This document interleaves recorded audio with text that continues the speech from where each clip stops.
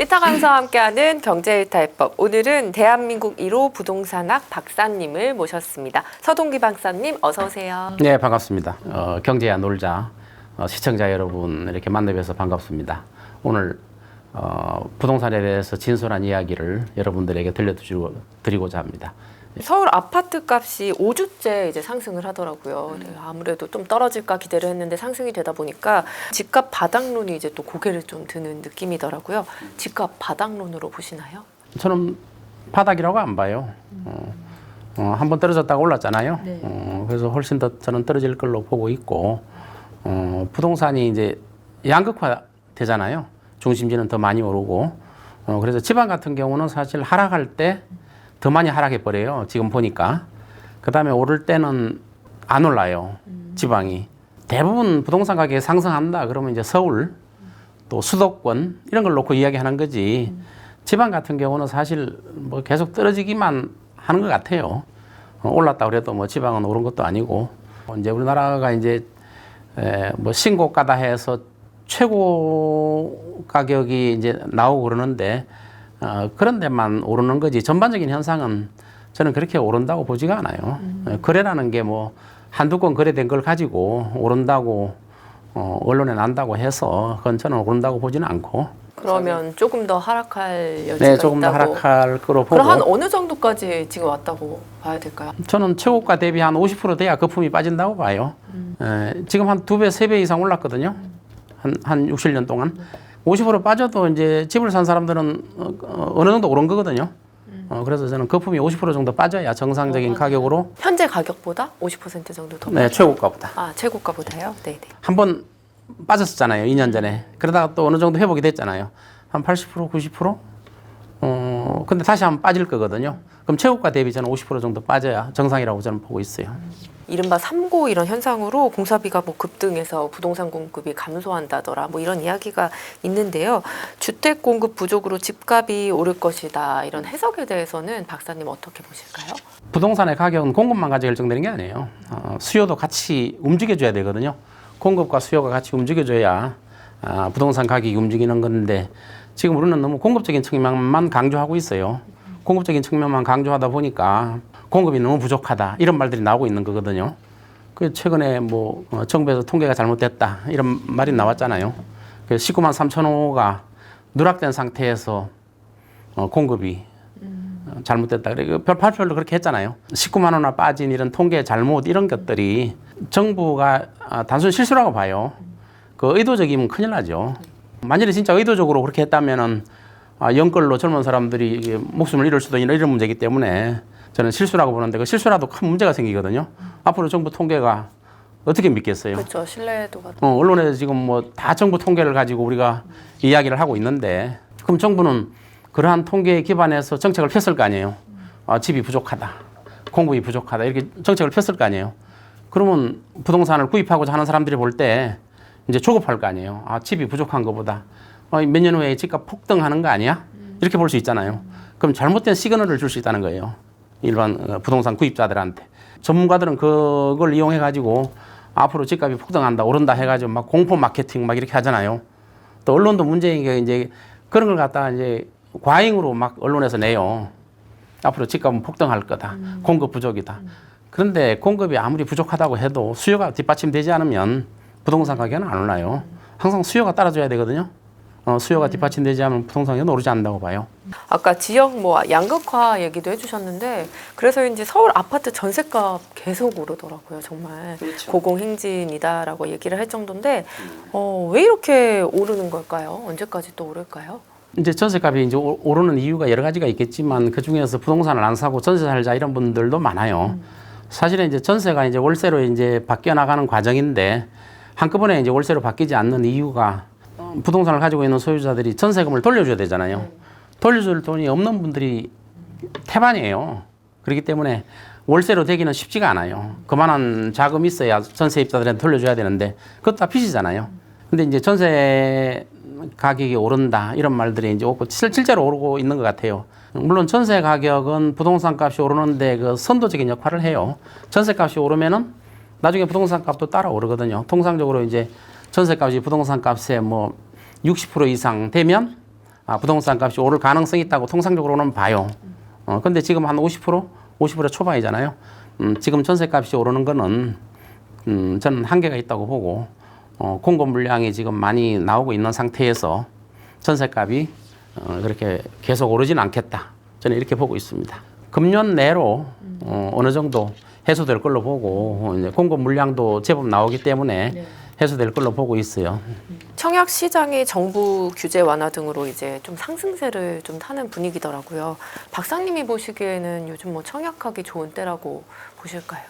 저는 이제 청약을 할 때 이제 두 가지로 봐요. 하나는 그분이 실수요자냐, 투자 수요냐 이걸 보거든요. 우리나라에는 이제 실수요자도 많지만 투자 수요는 한 35%가 넘는다고 봐요. 투자 수요가 전체 수요에서. 그래서 부동산 값을 움직이는 거는 결국 투자 수요에서 움직이거든요. 그런데 이제 실수요자 같은 경우는 저는 좀 기다리라고 봐요. 투자 수요야 뭐 하든 말든 부동산 가격을 가지고 이득을 얻으려고 하는 수요기 때문에 부동산 값이 떨어지면 사는 거고 오르면 또 팔고 이렇게 하거든요. 요즘 같은 경우에 이제 매물이 굉장히 많이 나오는데 거래도 증가했어요. 그래도 이제 1, 2, 3, 5월 달에 증가하다가 4월 달에 거래가 좀 떨어졌거든요. 그거는 뭐냐면 거래가 증가하면 사실 부동산 값이 오르는 거예요. 근데 거래가 이제 증가하다가 4월 달에 좀 꺾였어요. 근데 매물은 많이 늘어나가요. 그래서 부동산 값이 상승 국면으로 가기는 어렵게 돼 있어요. 매물이 쏟아져 나오니까. 그 서울에 이제 매물이 한 8만 4천 건 이렇게 쏟아져 나온다 그러는데 그 이유가 저는 부동산을 투자 수요가 털고 간다고 봐요. 투자 수요가 매도 기회만 저는 노린다고 보고 있어요. 근데 실수요자는 부동산 값이 떨어지든 오르든 팔겠어요? 안 팔죠. 내가 사는 집인데 왜 팔아요? 움직이는 수요는 투자 수요만 움직이는 거예요.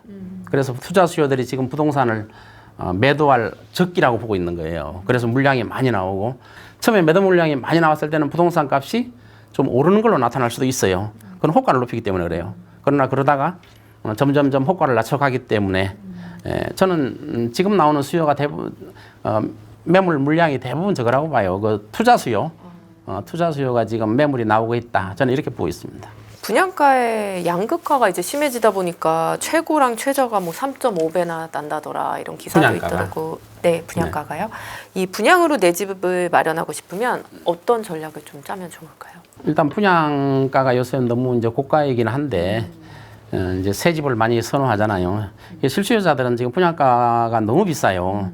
그러니까 이제 분양받기도 상당히 버겁거든요. 네.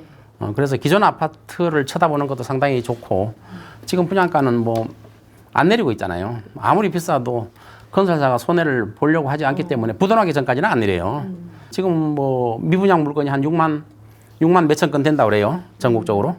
근데 실제로 통계가 6만 몇천 건이 실제는 한 10만 건 넘는다고 봐요, 저는. 미분양 물건이. 왜냐하면 그 통계 낼 때 건설사에서 이렇게 불러주는 걸 가지고 기준으로 해서 통계를 내기 때문에 실제로 한 10만 건 정도 된다고 보는데 건설사는 절대 손해보고 안 팔죠.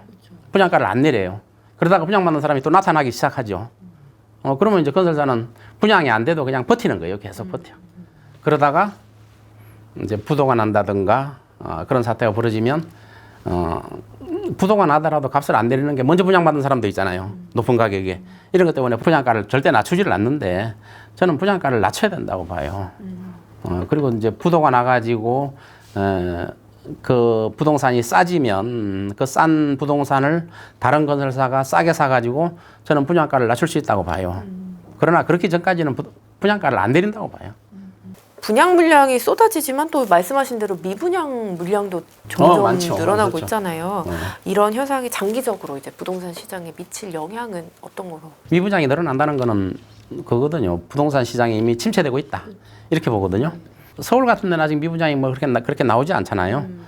이제 수도권을 중심으로 해서 미분양이 굉장히 많이 나와요. 부동산 가격이라는 거는 오를 때는 중심지부터 오르고 떨어질 때는 외곽부터 떨어지거든요. 중심지는 떨어지기도 전에 다시 상승 사이클로 돌아설 수도 있어요. 그래서 항상 중심지는 잘 떨어지지 않는 경향을 가지고 있어요. 근데 이제 지금 미분양 물량이 많이 나온다는 경기 침체를 예고하는 거고, 아직은 뭐 건설사들이 과도한 그 금리를 부담하면서 버티고 있는데, 저는 이러한 것들이 언제까지 버틸 것이냐, 미분양 물건을.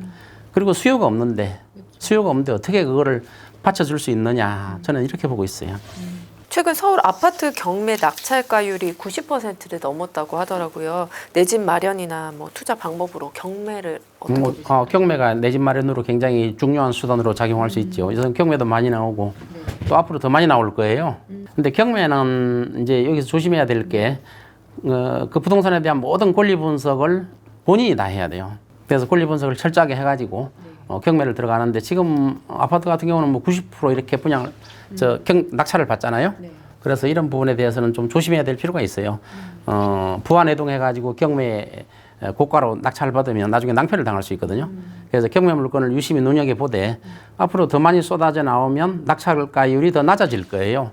그때를 노리고 특히 무주택 분들은 경매를 노려보는 것도 상당히 좋을 것 같고 그래서 투자 수단으로서는 경매가 굉장히 좀 좋은 수단이라고 봐요. 적정 집값에 대해서 최고가 대비 50%는 더 빠져야 된다 이렇게 얘기를 해주셨잖아요. 그 부분에 대해서 조금 더 자세하게 이유를 좀 듣고 싶습니다. 수요가 있어야 되거든요. 공급이 있고 없고를 떠나서 수요가 없으면은 안 되거든요. 제가 이제 통계는 잘 인용하지는 않지만은 한국은행하고 또 통계청에서 통계 낸 거 보니까 우리나라 순자산 그 통계 봤죠? 부채를 다 빼고 순자산이 우리나라 총 가구 한 2천 몇백만 거, 3천만 가구 가까이 되는데 그 가구의 한 10% 정도는 10억 이상이 10% 정도 돼요. 순자산이. 그럼 우리나라 그 5%의 가구는 얼마냐? 14억 정도 돼야 5% 가구가 돼요. 5% 정도. 강남에 집을 살려면 최소한 뭐 10억 이상은 있어야 되잖아요. 그렇죠. 대출 받더라도. 네. 서울 시내 이제 강북 같은 경우도 분양가가 뭐 4천만 원 시대가 왔다 이렇게 해가지고 뭐 10매덕이잖아요. 하여튼 서울 시내 사는 거. 네. 그러면 5%면은 가구가 3천만 가구라고 하더라도 150만 가구거든요. 근데 서울 시내 가구가 얼마냐 하면은 400만 가구예요. 수도권 가구가 이제 경기도가 한 540만 가구, 그래서 한 1000만 가구 가까이 돼요, 수도권이. 서울 시내 구입 능력을 따졌을 때 150만 가구 정도만 구입할 능력, 대출 끼고 서울 시내 부동산을 살 수 있다는 그런 결론이 나오잖아요. 이게 뭐 정확하다는 그런 것보다도 순 가구를 가지고 순 자산만 가지고 따지는 거예요. 그러면은 지금 부동산 값이 막 오르는 이유가 뭐냐? 20억, 30억 되는데도 막 사는 사람들이 있는 게 뭐냐? 그거는 실수요자가 아니라는 거죠. 한 사람이 여러 채를 산다는 거죠. 한 사람이 여러 채. 수요만 가지고 순수하게 따졌을 때, 실수요만 가지고 따졌을 때는 살 수가 없어요. 서울 시내 가격이 반값으로 떨어져야 살까 말까예요. 그래서 이제 수요가 사실상 없는 거예요. 순자산만 가지고 비교를 해볼 때, 물론 다른 요인도 다 비교해봐야 되겠지만 순자산만 가지고 비교해봤을 때 수요가 없는 거예요. 그럼 수요가 없으면 부동산 값이 떨어져야 하는데 왜 오르느냐? 투자 수요가 많이 개입돼 있다는 거예요. 특히 수도권 같은 경우는 투자 수요가 굉장히 많이 개입돼 있어요. 그렇기 때문에 이런 투자 수요 때문에 부동산 가격을 올리는 역할을 하는데 그게 이제 거품화되어 있는 거예요. 그리고 그 투자 수요는 어느 정도 차익을 남긴 사람들은 지금 빠지기 위해서 매도 시기만 보고 있는 거예요. 그래서 서울 시내 물량이 막 엄청나게 나오는 거예요, 지금. 누구 걸리라 이거지. 그 금액에 사달라 이거지. 그래서 가격을 높여가지고 안 팔리면 점점점 내려도 그 사람들은 이득을 많이 보잖아요. 50% 빠져도 이득을 보는 거예요. 그래서 지금 투자 수요들이 이제 쏟아져 나오고 있는 이런 단계라고 보고 있어요. 우리나라 전체 가구 중에서 한 60% 정도가 순자산이 3억 미만이에요. 그것도 통계에서 봤죠. 3억 미만인데 과연 구입 능력이 수요가 그만큼 있겠느냐? 수요가 그렇게 따라가지가 않아요. 만일에 투자 수요가 다 없어지고 실수요자만 남아있다. 그러면 반값 이하로 다 가격이 형성될 거예요. 실수요자만 남아있다면. 그래서 이런 투자 수요를 없애는데 정부에서는 노력해야 돼요. 집을 가지고 투자한다는 건 말이 안 되거든요. 상업용은 뭐 당연히 투자를 위해서 목적으로 하니까 상관없는데 집을 가지고 투자하면 집 없는 분들이 얼마나 그 고통을 느끼겠어요. 한 사람이 뭐 10채, 20채, 옛날에 보니까 뭐 100채 산 사람도 있대요. 이렇게 사버리면 그래가지고 가격을 올린다면 문제가 저는 있다고 봐요. 특히 아파트 같은 경우는 환가성이 굉장히 좋잖아요. 매매가 비교적 쉽잖아요. 그래서 아파트 같은 경우가 이제 저는 비트코인처럼 되고 있지 않나 이렇게 보고 있어요. 비트코인이라는 게 그거잖아요. 어떻게 오를지 모르고 어떻게 내릴지 모르고. 이 아파트도 비트코인처럼 지금 저는 가격을 조정하는 세력이 있지 않나 저는 이렇게 보고 있어요. 항상 등락을 좌우하는 거는 전체 실수요자가 아니라 투자 수요거든요. 투자 수요가 그걸 등락을 좌우하기 때문에 저는 이런 집값이 상승하는 문제는 사회적으로도 큰 문제고 또 집 없는 분들이 집을 구매하는데도 막혀 있어요. 그리고 집 없는 분들이 거품을 사버리면 나중에 거품이 빠지면 어떻게 돼요? 또 새로운 고통을 느끼는 거예요. 대출을 잔뜩 끼고 집을 샀는데 나중에 보니까 집값은 떨어지고 거품은 빠지고 대출 금액만 남아있는 경우가 있어요. 대출 금액만 들고 있는 거예요. 그럼 집을 던져야죠. 무주택자들은 그런데 부안해동 해가지고 샀다가는 저는 문제가 있다고. 그래서 아파트 같은 경우는 환각성이 크기 때문에 자꾸 가격을 올리고 내리고 하는 투자 수요가 저는 문제가 이렇게 보고 있습니다. 그럼 거품이 빠지는 시기는 박사님은 한 어느 정도라고 보세요? 투자 수요가 지금 계속 있고 말씀하신 대로 그들이 갖고 있는 집이 뭐 50%까지 이제 빠져야 되는 상황이지만 그들은 이제 이득을 봐야 빠지려고 그렇죠. 할 거 아니에요. 빠지긴 할까요, 이 거품이? 이득을 안 봐도 값이 지속적으로 하락한다고 생각하면은 손해를 봐서라도 던져요. 근데 이거는 이제 정부의 정책이 큰 영향을 미쳐요. 아까도 이야기했지만 이제 우리나라 부동산 공급이 아까 뭐 19만 몇 채, 20만 채 가까이 오류가 났잖아요. 오류. 실수라고 하더라도 통계에 엄청난 오류가 생긴다는 거는 다른 것까지 다 믿을 수가 없는 거예요. 집값이 오른다고 하는 거 믿겠어요? 못 믿어요. 저는 이제 최근에 집값이 오른다고 막 언론에 나가고 신고가가 형성된다 한두 개 가지고 신고가는 뭐냐면은 대출이 필요 없이 현금으로 30억, 40억 주고 살 수 있는 사람들이에요. 신고가는. 아까 말한 것은 상위 0.01% 그런 사람들이에요. 그런 걸 가지고 신고가가 형성된다. 공급 절벽이다. 제가 보기에는 아까 순자산 기준으로 대비해 봤을 때는 지금 수요 절벽이에요. 살 사람이 없어요. 살 사람이 없어요. 그래서 살 사람이 없는 수요 절벽 상태인데 이제 그 공급 통계를 잘못 내 가지고 앞으로 뭐 공급 절벽이 올 거지 막 두려움을 느끼는 거죠. 공포 마케팅. 이것도 안 사면 안 되겠다. 그러다 연끌들이 또 그런 걸 믿고 언론도 책임이 커요. 만일에 공급이 앞으로 준다 그래도 분석을 잘해서 해야 되는데 수요적인 측면을 다뤄줘야 되는데 공급만 다뤄요. 공급이 줄어드니까 앞으로 부동산 값은 폭등할 수밖에 없다. 막 이런 기사가 막 나요. 이런 기사가 나면 젊은 분들은 어떻게 해서 나는 집 한 채 평생 못 산다. 그럼 대출을 과다하게 받아가지고 사가지고 나중에 그 젊은 사람들이 나중에 망가지는 모습을 우리가 봐야 되겠냐 이거지. 그러니까 이런 것도 언론의 책임이 크다고 봐요. 그래서 그럼 그 거품이 빠지는 시기는? 거품이 빠지는 시기 지금 빠졌어야 되죠. 빠졌어야 돼요. 투자 수요가 빠져줘야 돼요. 그런 정부의 정책이 지속적으로 투자 수요를 방지하고 집은 이용하는 수단이다 하면은 빠져요. 근데 정부가 그렇게 안 하더라도 저는 2, 3년 내로 빠질 걸로 봐요. 빠지고 저는 우리나라도 이제 인구가 줄고 장기적으로는 장기 침체에 들어간다고 보는데 자꾸 다른 나라를 예를 들어서 침체 안 들어간다고 보는데 저는 장기 침체에 들어간다고 봐요. 그래서 거품은 2, 3년에 빠지게 돼 있는데 그걸 정부에서 더 빨리 빠지게 만들어줘야 된다는 거죠. 정부가 오히려 공포감을 주면 안 되죠. 앞으로 집이 부족하다 막 이런 연구 보고서를 막 그냥 정부 산하기관이 내놓고 또 어떤 데는 통계를 보니까 매주 부동산 가격을 발표하잖아요. 전주에 비해서 어떤 기관은 오른다고 나오고 정부 관련 기관은 오른다고 나오고 민간 기관은 내린다고 나오고 이렇게 보는데 저는 이거 정부 관련 기관에서 정확하게 통계를 저는 조사해야 된다고 봐요. 정확하게 조사해야 부동산 시장이 건전하게 질서가 형성되는 거지. 만일에 분양이 안 되고 미분양이 막 늘어나면 사회 문제가 되는 건 사실이잖아요. 건설회사가 무너지면 경제가 무너지는 건 사실이잖아요. 근데 그거는 무너지게 놔둬야 돼요. 일정 부분은 무너지게 놔둬야 되지. 그거를 막으려고 정부에서 부동산 부양 정책을 쓴다든가 또 막 빚을 내가지고 사게 만든다든가 또 공급 막 부족하다고 또 정부 관련 뭐 이런 연구기관들이 앞으로 공급 절벽이라는 말을 쓴다든가 저는 그런 것들은 수요적인 측면에서도 분석이 반드시 해줘야 된다고 해요. 수요를 봤을 때 우리나라 자산 수단을 봤을 때 수요가 이것뿐이 안 되는데 공급이 아무리 줄어도 공급이 하나도 없다고 해도 부동산 값이 과연 오르겠냐 이거지. 수요가 없는데. 그럼 수요가 생기려면 어떻게 해야 돼요? 소득이 막 두세 배 오르는가 아니면 부동산 값이 막 반값 이하로 폭락해 줘야 수요와 공급이 맞는 거예요. 근데 지금 불균형 상태예요. 그래서 이런 것들은 저는 어떤 뭐 거대한 뭐 손이 움직이는 건지는 몰라도 부동산 값을 비정상적으로 지금 올리는 이런 현상은 저는 많은 문제가 있다고 보고 사회적으로도 크게 문제가 있다고 봐요. 물론 일시적으로는 뭐 건설회사가 미분양이 나오면 어려워지고 경제가 또 어려워지고 하더라도 근데 그건 한번 겪어야 돼요. 그걸 안 겪게 되면 주저앉아 버려요. 못 있나요? 우리나라는. 일본 얻어맞았잖아요. 얻어맞고도 지금 경제 3, 4위잖아요. 우리나라는 얻어맞으면 끝나요. 끝장나요. 100등 안에 들까? 저는 의심스러워요. 그것도. 그렇기 때문에 얻어맞기 전에 아픔을 겪어야 된다 이거죠.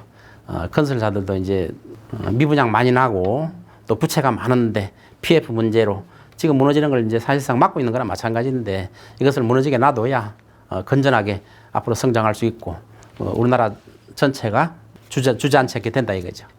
최근 이제 집값이 반등하다 보니까 그 이유 중 하나로 이제 신생아 특례 대출을 뽑는 의견들도 있더라고요. 이 정책이 정말 부동산 시장에 영향을 준다고. 그럼요. 부동산 시장이라는 건 1조만 풀려도 부동산 경기가 살아나게 만들 수 있어요. 근데 신생아 대출 몇 조? 4조? 5조 이렇게 풀잖아요. 그러니까 부동산 시장에 영향을 당연히 미치죠. 과거에 특례보험자리론 40조 풀었어요.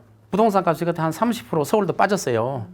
근데 급격하게 다시 올라가잖아요. 그게 이제 특례 보금자리론의 역할이거든요. 근데 그게 이제 문제가 뭐냐면 신생아 특례 그것도 마찬가지예요. 빚으로 사는 거잖아요. 그건 나중에 갚아야 돼요. 나중에 문제가 더 크게 발생할 수 있어요. 지금 가계부채가 엄청나잖아요. 정부의 그러한 특례론 정책은 일시적으로 상승하겠지만 그게 이제 빚으로 고스란히 남아있고 빚 갚을 능력이 또 없어지고 금리가 떨어지지 않으면 그때 샀던 집들이 문제가 생기기 시작하고 다시 하락의 길로 갈 수밖에 없다. 부동산 가격의 하락의 가장 큰 폭탄이 빚이에요. 가계부채, 정부부채 이런 빚이 부동산 폭락의 가장 큰 질문지예요, 사실은. 그래서 일시적인 현상이다. 저는 이렇게 보고 있습니다. 가계대출 얘기 방금 전에 빚 얘기, 대출 얘기 해주셨는데 실제로 가계대출이 1,800조 원을 이제 넘어섰고 해결하기 위해서 뭐 전세대출을 DSR에 포함해야 된다 뭐 이런 의견들도 있더라고요. 이 의견에 대한 박사님의 견해가 궁금해요. 우리나라는 DSR에 뭐 신생아 특례 보금자리론 이런 안 집어넣어요. 그런 것들은 안 집어넣어요.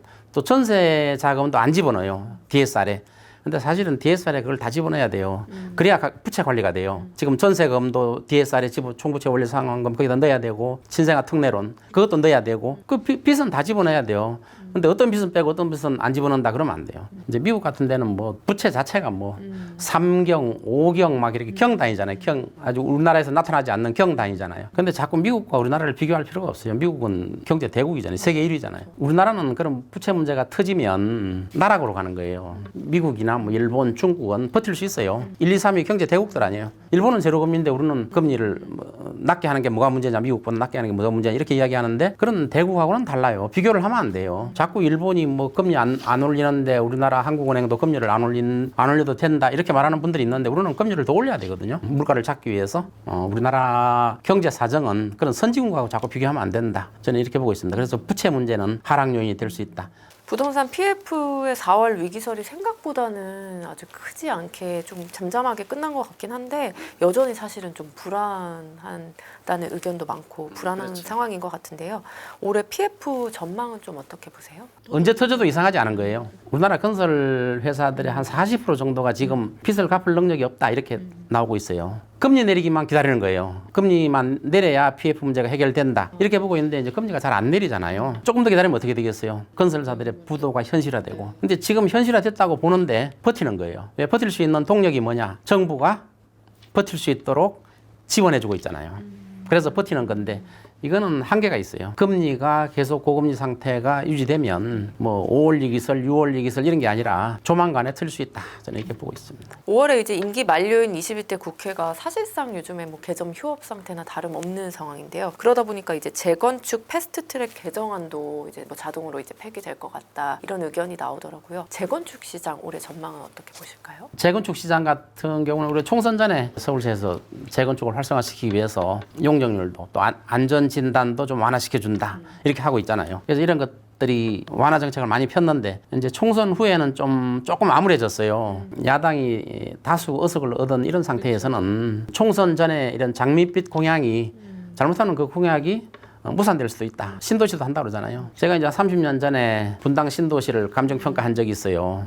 그때 다 논밭이었어요. 분당 3분, 평촌, 일산 4개 신도시 다 논밭 임야였어요. 평당 10만 원도 안 갔어요. 그래서 이제 보상을 해줬는데 그때 제가 어떤 생각을 했냐면은 야 여기서 쉬면 한 100년 동안은 걱정 없겠다. 이런 생각을 하면서 제가 감정평가를 했어요. 그때 이제 감정평가하면서 주민들한테 많이 시달렸죠. 강제로 정부가 땅을 뺏는다. 그때 거기는 집을 지을 수 없는 땅이었어요. 규제지역이었어요.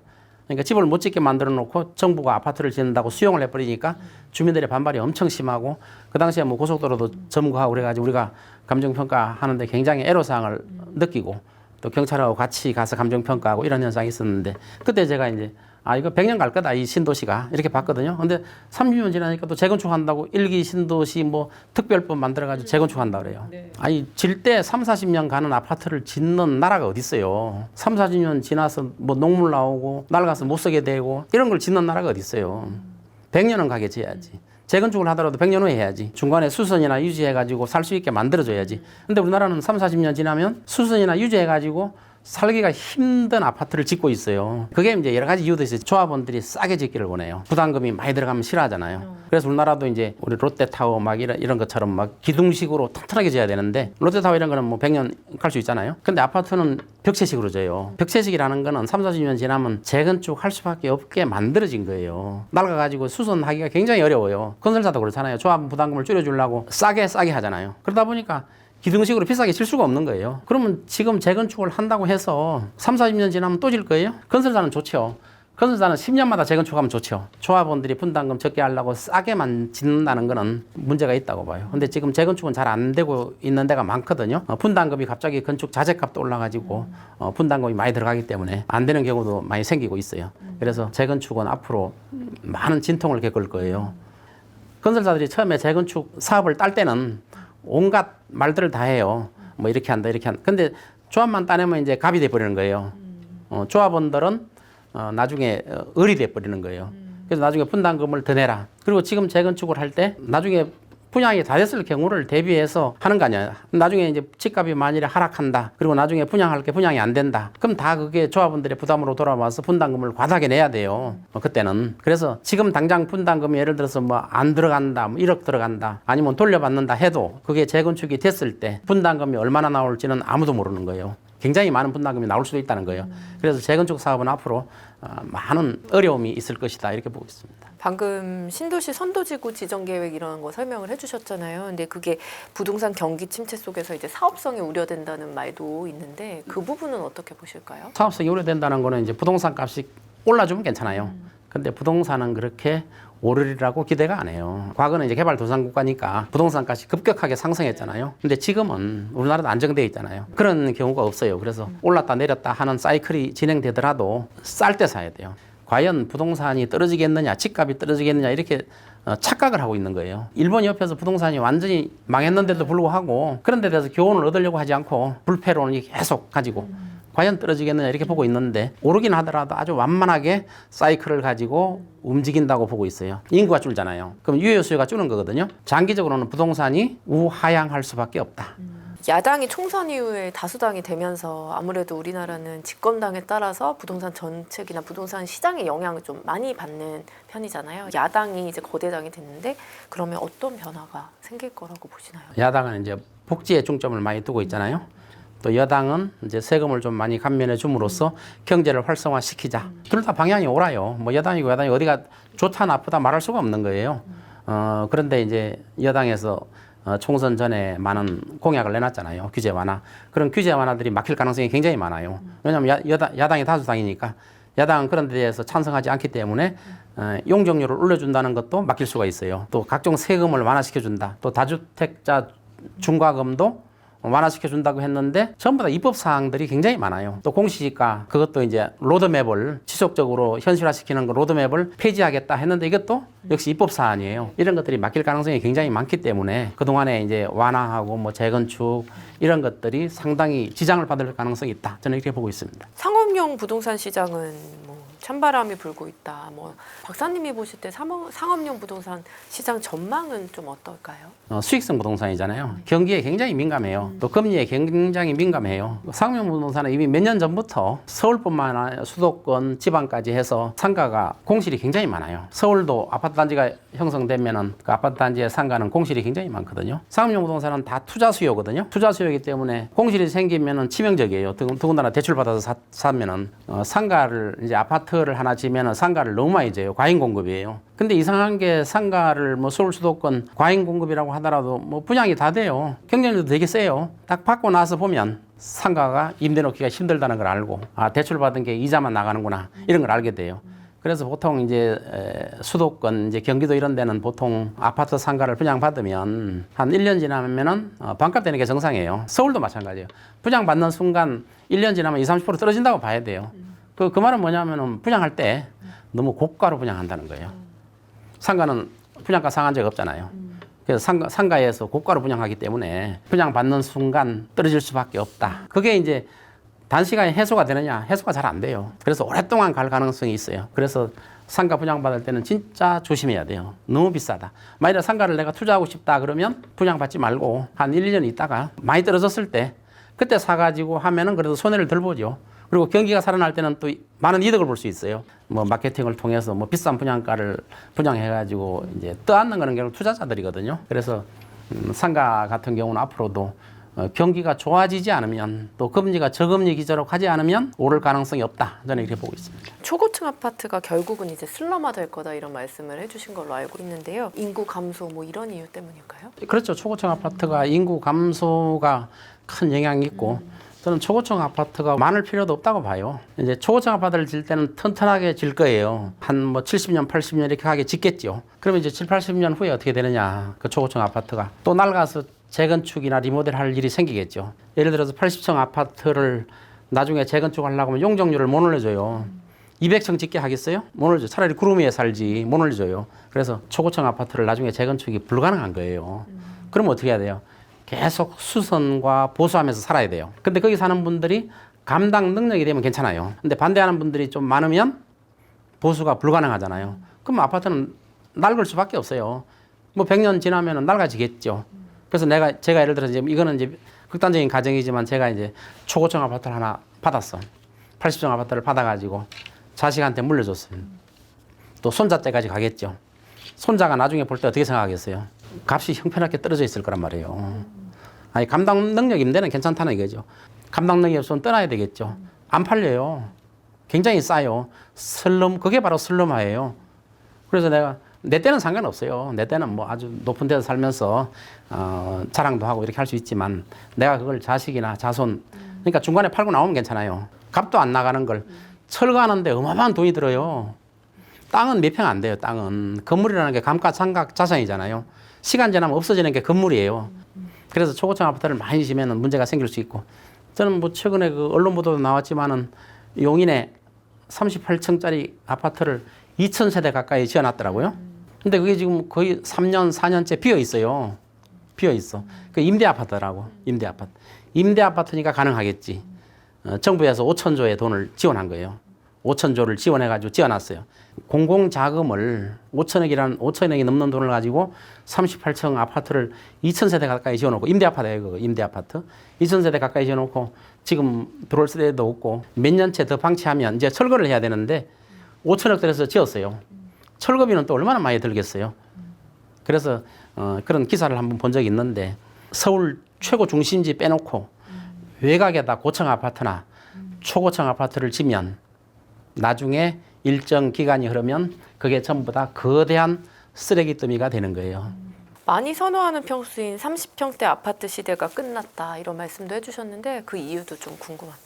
과거에 이제 우리가 처음에 아파트 문화가 들었을 때는 대가족이었어요. 그래서 그때 이제 유행하는 맨 처음에 만든 아파트 같은 경우는 뭐 화장실 하나에 방이 많으면 돼요. 방만 많으면 돼. 근데 이제 트렌드가 바뀌었잖아요.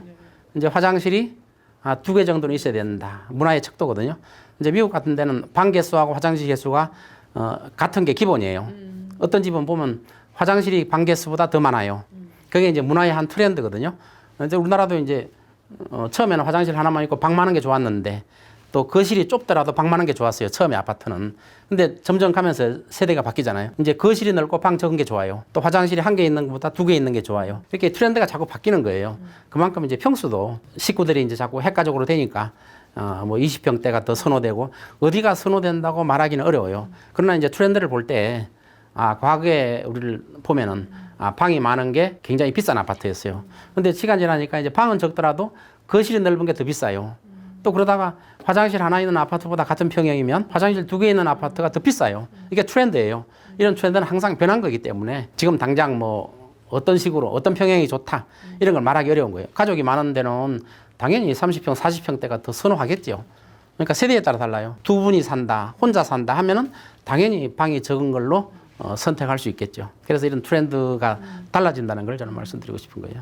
간밤에 미국 연준이 또 기준금리를 동결했습니다. 당연히 우리나라 부동산 시장에도 좀 미칠 영향이 있을 것 같은데 박사님은 어떻게 전망하고 계실까요? 오늘 새벽에 우리나라 시간으로 이제 금리에 대한 발표를 했죠. 6연속 동결시켰잖아요. 근데 맨 처음에 동결시킬 때는 어떻게 말했어요? 금년에 한 3, 4회 내릴 것이다. 이런 언지를 줬잖아요. 근데 지금 완전히 바뀌었어요. 금리 인상을 뭐 하지는 않을 것이다. 완전히 뒤집어졌잖아요. 내리는 거는 고사하고 사실은 미국도 이제 금리를 올려야 되는 시점이에요. 근데 앞으로 데이터에 근거해서 그러니까 물가 상황을 보고 소비자 물가지수 이런 걸 보고 나서 판단하겠다 이렇게 발표한 걸 봤어요. 그러면 이제 금리를 올릴 수도 있다 이런 뉘앙스도 포함되어 있는 거거든요. 그러니까 금리 내리는 거는 사실상 물 건너갔다고 봐야죠. 금리 내리려면 어떻게 해야 돼요? 물가가 2% 미만으로 하향되겠죠. 하향. 그래서 미국에 지금 물가는 어마어마하게 비싸요. 지금 막 3% 가까이. 근데 체감 물가는 더 비싸요. 몇 년 동안 막 거의 2배 가까이 오른 걸로 체감 물가가 나와요. 제가 이제 겨울에 미국에 가 있을 때도 밥을 사 먹으면 작년하고 금년 또 틀려요. 막 20, 30% 올라 있어요. 음식값이. 우리나라도 물가가 굉장히 비싸죠. 미국도 엄청나게 비싸요. 물론 상황은 항상 변할 수 있는 거예요. 1회 때 발표할 때 금리를 3, 4차례 내릴 것이다. 그리고 이제 또 갑자기 변한 것처럼 변할 수 있지만 지금 현재 연준의 오늘 발표를 보면 앞으로 금리 인하는 없을 것이다 이렇게 보고 우리나라는 이제 굉장히 어려워지죠. PF 문제, 또 건설회사의 많은 대출금 문제, 브릿지론 문제 이런 것들이 미국 연준이 금리 인하하기만 학수고대한 거예요. 금년에 한 3, 4회 내릴 것이다 했을 때 엄청난 기대감을 갖고 있었는데 근데 지금 어때요? 올리지만 않아도 다행이다. 막 이렇게 바뀌어버렸어요. 그러면 이제 우리나라 PF 문제가 본격적으로 터질 거고 건설자들의 어려움이 터질 거고 또 대출받은 분들의 어려움이 터질 거예요. 우리나라는 지금 고금리도 아니에요. 고금리도 아니에요. 우리나라 3.5%? 미국 연준이 이제 5.5%죠. 한 2% 차이 나죠. 따라서 올리지를 못했잖아요. 올리지를 못했어요. 물가 때문에 그때 따라 올렸어야 되는데 못 올렸어요. 어떤 분들은 뭐 일본도 제로 금리인데 따라 올리면 말이 안 된다 그러는데 자꾸 일본 이런 데 비교하면 안 돼요. 경제가 튼튼하고 달러가 엄청나게 많은 중국, 일본 이런 나라하고 비교하면 안 돼요. 우리는 달러가 그렇게 많지 않아요, 생각보다. 지금 환율이 오르고 있잖아요, 또. 막 1,400원 대 막 왔다 갔다 하잖아요. 이처럼 미국이 연준이 이제 금리를 이제 안 내린다고 선언한 거나 마찬가지니까 오늘 우리나라는 이제 본격적인 구조조정을 시작해야 되겠죠. 이때 정부가 잘해야 돼요. 건설회사 많이 무너지면 뭐 실업자도 많이 생기고 또 사회 문제가 되고 이러니까 그걸 살리려고 하면 안 돼요. 무너질 걸 무너지게 놔둬야 돼요. 그래야 건전하게 발전하는 거예요. 그동안에 무너지게 만들었어야 돼요. 물론 그중에서 옥석을 가려야 되죠. 건실한 기업은 구해줄 수는 있겠죠. 근데 건설하지 않은 기업들은 무너지게 놔둬야 돼요. 근데 금리 인하만 계속 기다리고 있는데 오늘 새벽에 발표 보니까 안 드린다고 하니까 이제 희망이 없어진 거죠. 건설회사 입장에서는. 또 대출받은 분들은 희망이 없어진 거죠. 지금 뭐 태영이나 뭐 롯데 뭐 이런 데는 PF 규모가 1조가 넘어요. 1조. 그런 데는 지금 자기 자본 비율보다 월등하게 초과하고 있어요. 태영 같은 경우는 자기 자본 비율의 2배가 PF 금액이에요. 자기 자본보다 월등히 많은 그런 데는 무너지게 놔둬야 되죠. 물론 엄청난 사회 문제가 되니까 지금 뭐 완화시키고 있지만 연착륙을 유도하고 있지만 지금은 그럴 단계가 아니에요. 미국의 금리는 우리나라에 엄청난 영향을 미치기 때문에 이걸 막았다가는 댐을 손으로 막는 거랑 마찬가지예요. 나중에 무너지면 어떻게 할 거예요? 주저앉아 버리면 어떻게 할 거예요? 주저앉기 전에 정부에서 선도적으로 나서서 구조조정을 해 나가기 시작해야 된다고 봐요. 금리는 지금 올릴 수가 없잖아요. 과거에 올렸어야 돼요. 과거에. 그때 이상한 논리를 펴가지고 뭐 중국 이런 데 금리가 낮은데 우리가 안 올려도 된다 이렇게 보는 거예요. 우리나라가 미국보다 금리가 낮은 때가 거의 없어요. 지금. 이번에 이례적인 현상이에요. 그래서 이제 물가가 우리나라도 굉장히 안 잡히고 체감 물가 엄청나잖아요. 식당에 가봤죠. 엄청나게 비싸죠. 나중에 이제 통계로는 물가가 적게 올랐다 이렇게 나올 수가 있겠지만 실제 체감 물가가 엄청나기 때문에 우리나라도 금리를 올려야 정상인데 지금 올릴 수도 없어요. 올리면 더 큰 문제가 지금은 생겨요. 시기를 놓친 거예요. 미국의 기준금리가 지금 동결된 상태는 앞으로 안 내리겠다는 의사표시이기 때문에 우리나라도 엄청난 문제가 생길 것이다 이렇게 보고 있습니다. 그럼 이런 시점에서 현명한 대출을 위한 전략이 있다면 뭐가 있을까요? 이제 집을 사시는 분들은 그 대출 금리가 낮은 걸 찾아야 되죠. 어차피 대출을 받아야 또 집을 살 수 있잖아요. 현금으로 살 수 있는 분들은 0.01%뭐 이런 극소수거든요. 그래서 신생아 특례대출은 뭐 2%에서 2% 밑에라도 금리를 얻을 수 있어요. 그런 거 얻을 수 있으면 얻으면 좋죠. 물론 뭐 거기에 해당돼야 되죠. 해당돼야 되기 때문에 그건 특례는 정부에서 특혜를 줄 때 그거를 활용하는 방법을 찾는 게 좋을 것 같아요. 일반 은행에서 하면은 뭐 대출도 잘 안 해주고 요새 금리도 굉장히 비싸요. 실질적으로. 저는 투자 수요는 하지 말라 그래요. 투자 수요는 앞으로 없어져요. 그래서 투자 수요는 하지 말라 그러고 무주택자 분들은 그런 걸 가지고 조금 더 집값이 많이 빠져 있는 부동산을 사는 것도 한 방법이다. 미국이 상업용 부동산이 위기다 보니까 당연히 우리나라에 미칠 여파 같은 게 걱정이 되는데 우리나라에 미칠 영향 어떻게 전망하세요? 미국은 이제 지표상으로 경기가 굉장히 좋아요. 실업률도 굉장히 낮아요. 고용 지표가 상당히 좋죠. 또 경제도 성장하는 걸로 나타나고 있어요. 만일에 이번에 연준에서 기준금리를 내렸다면 이제 이게 더 심각한 거예요. 사실은 내리면 그거는 미국이 이제 경기 침체가 시작됐다는 뜻이거든요. 그래서 동결한 것만 해도 미국은 경기가 나쁘지 않구나. 물가는 상승해도. 근데 이제 상업용 부동산 같은 경우는 지금 굉장히 어려움을 겪고 있어요. 이제 주거용 부동산은 미국에서 30년 고정금리예요. 그래서 과거에 쌌던 금리를 가지고 대출을 30년 동안 받아왔는데 그걸 중간에 갈아타려고 하지 않잖아요. 2배 이상 금리를 주고 누가 그걸 새로 갈아타겠어요. 그러니까 미국의 주거용 부동산은 지금 오르는 거는 매물이었기 때문에 올라요. 매물. 아무도 안 팔죠. 이걸 갈아타게 해서 다른 사람이 받으면 그 금리를 이어받을 수가 없어요. 그 가지고 있던 사람만 30년 동안 혜택을 보는 거예요.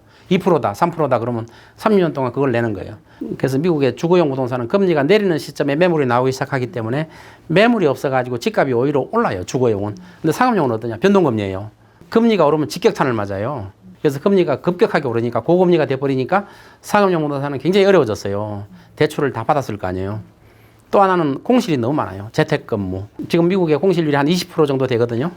근데 실제로 이제 제가 이번에 이제 미국에 갔을 때 샌프란시스코, LA, 다운타운, 맨하탄 이런데 공실률은 말할 수 없이 공실률이 엄청나요. 실제로 한 30%라고 보면 돼요. 대도시 다운타운은 대부분 오피스 빌딩을 기준으로 하고 있죠. 일례로 이제 맨하탄에 그 굉장히 유명한 빌딩이 하나 있는데 그 빌딩이 22층짜리예요. 4년째 비어 있어요. 그럼 그런 데는 이제 매물이 나올 때 대출 받은 분들은 못 견디잖아요. 매물 나오는데 반값에는 안 팔려요. 3분의 1 값이 돼야 팔릴까 말까예요. 실질적으로. LA 다운타운에 작년에 팔린 거 보면 3분의 1 값에 팔렸어요. 62층짜리 빌딩인데 3분의 1 값으로 산 사람이 있어요. 근데 지금은 3분의 1 값이라도 사기가 부담스러운 게 공실 해결이 안 되잖아요. 소득이 안 나오는데 그걸 누가 사요? 그러면 은행이 어려워지겠죠. 미국 은행이. 대출해준 은행이. 무너지고 부도나고 경매 들어가면 은행이 대출금을 떼야 되니까 은행이 어려워지잖아요. 그래서 미국에 50개가 넘는 은행들은 지금 은행 자체가 부도 위기에 있어요. 지난번 뭐 한두 개 부도 날라 그랬다 정부에서 막 지원해가지고 부도를 안 나게 만들어줬잖아요. 그 최근에 지방은행 같은 경우는 뭐 무너지는 데 있어요. 지금 은행들이.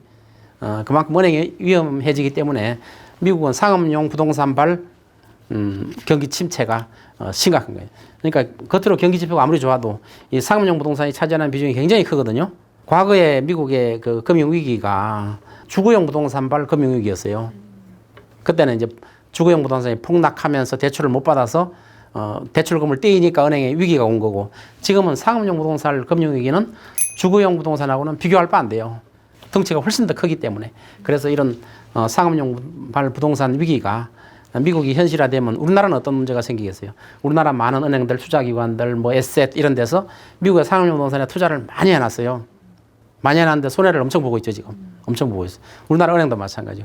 그래서 미국 무디스에서는 우리나라 5개 시중은행의 등급을 부정적으로 등급을 하향 조정해버렸어요. 그거는 뭐냐 하면은 우리나라가 외국에 투자한 데 손실을 많이 보고 있다는 거죠. 미국의 상업용 부동산이 현실화되고 은행의 위기가 닥치면 우리나라는 미국의 몇 배 큰 폭탄이 날아올 수 있고 우리나라 금융위기를 초래할 수 있다는 거예요. 미국의 상업용 부동산 해결하려면 금리를 지금 대폭 내려야 돼요. 그래서 미국 정부에서는 금리를 내리기를 원하죠. 근데 연준은 말을 안 듣잖아요. 미국은 연준이 말을 안 들어요. 그래서 금리를 안 내리니까 상업용 부동산 위기가 점점점 커지고 있는 거예요. 연준은 물가만 잡으면 되거든. 그러니까 금리를 안 내리고 있기 때문에 상업용 부동산 그 금융 위기가 터질 가능성이 점점 높아지고 있어요. 이게 터지면 우리나라는 심각한 문제가 생기는 거예요. 부동산 시장 흐름으로 봤을 때 리츠로 하는 부동산 투자 어떻게 생각하세요? 리츠라는 건 조각 투자거든요. 그 부동산을 놓고 지분 투자를 하는 거거든요. 부동산이라는 게 워낙 덩치가 크기 때문에 부동산을 살 능력이 안 되니까 조각 투자를 해서 거기 나오는 임대 수익이나 소득을 가지고 배당을 해주는 거거든요. 부동산에 나는 투자하고 싶은데 돈이 좀 적다. 이런 분들한테 굉장히 유용한 기능이에요. 근데 지금처럼 금리가 높은 데서는 수익이 잘 안 나요. 그러니까 리츠 투자는 지금은 수익이 별로 안 나요. 왜? 금리가 너무 높기 때문에. 나중에 어느 정도 금리가 내린다. 그럼 리츠 투자는 우리가 나중에 노후 자금으로서 또 은퇴하고 나서 자금으로서 굉장히 좋아요. 리츠 투자의 좋은 점은 뭐 주식이나 이런 거 달라가지고 주식이나 뭐 다른 투자는 제로가 될 수 있잖아요. 재산이.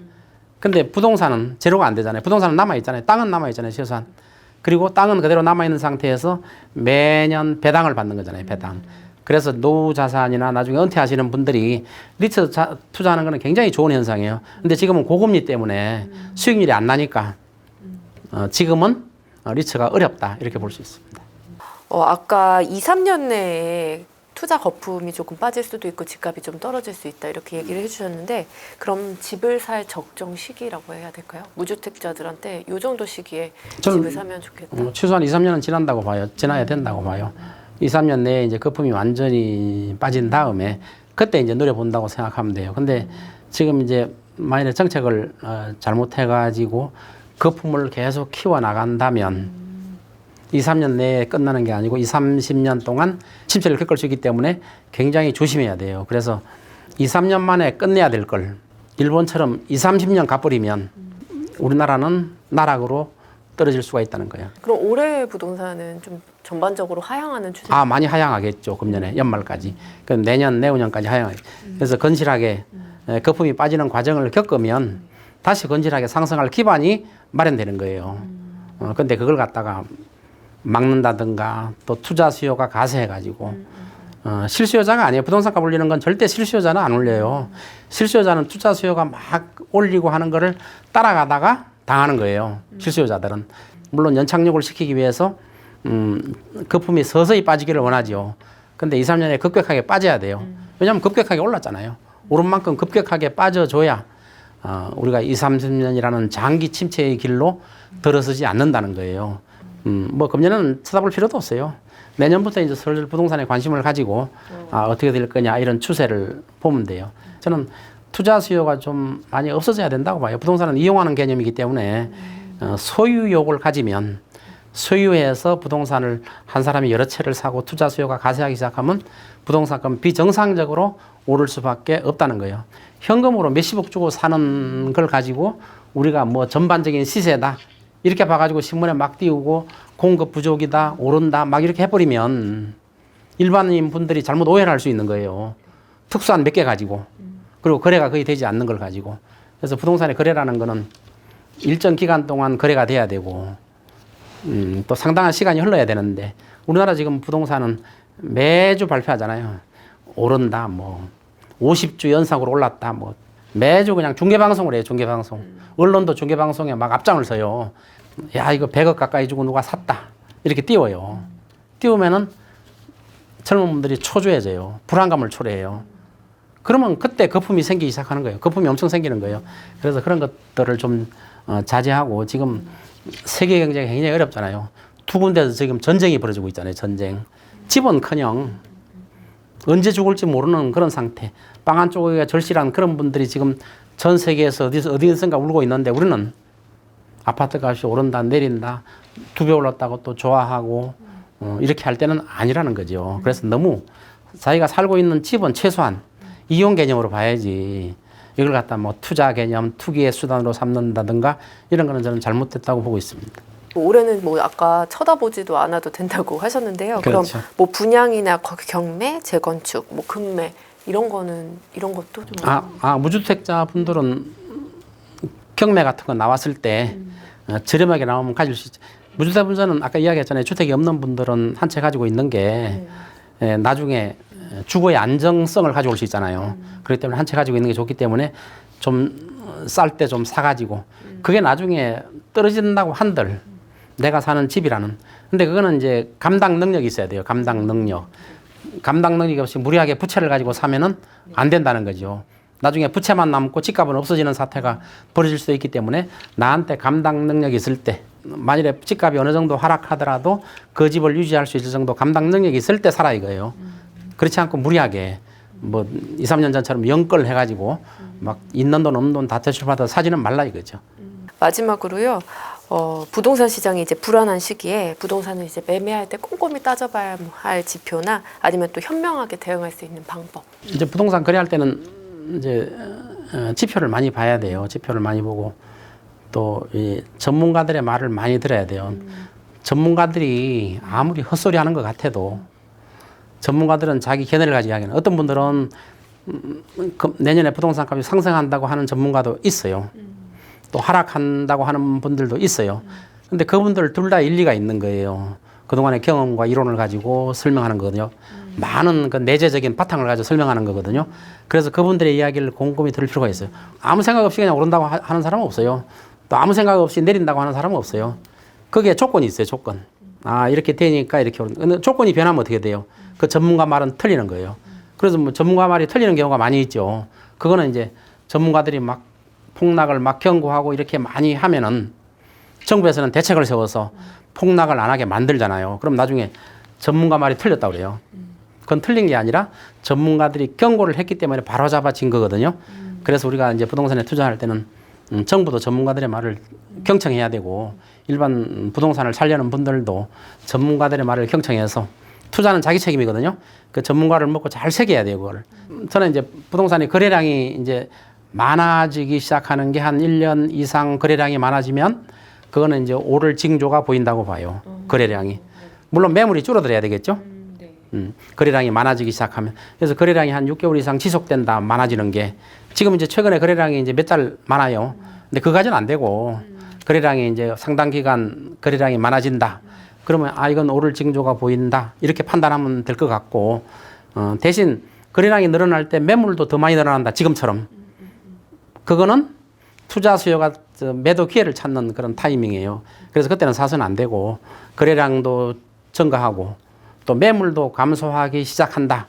아, 그럼 앞으로 부동산 값이 어느 정도 오를 것이다. 이렇게 판단할 수 있는 거예요. 네, 알겠습니다. 박사님 오늘 말씀 감사합니다. 네, 감사합니다.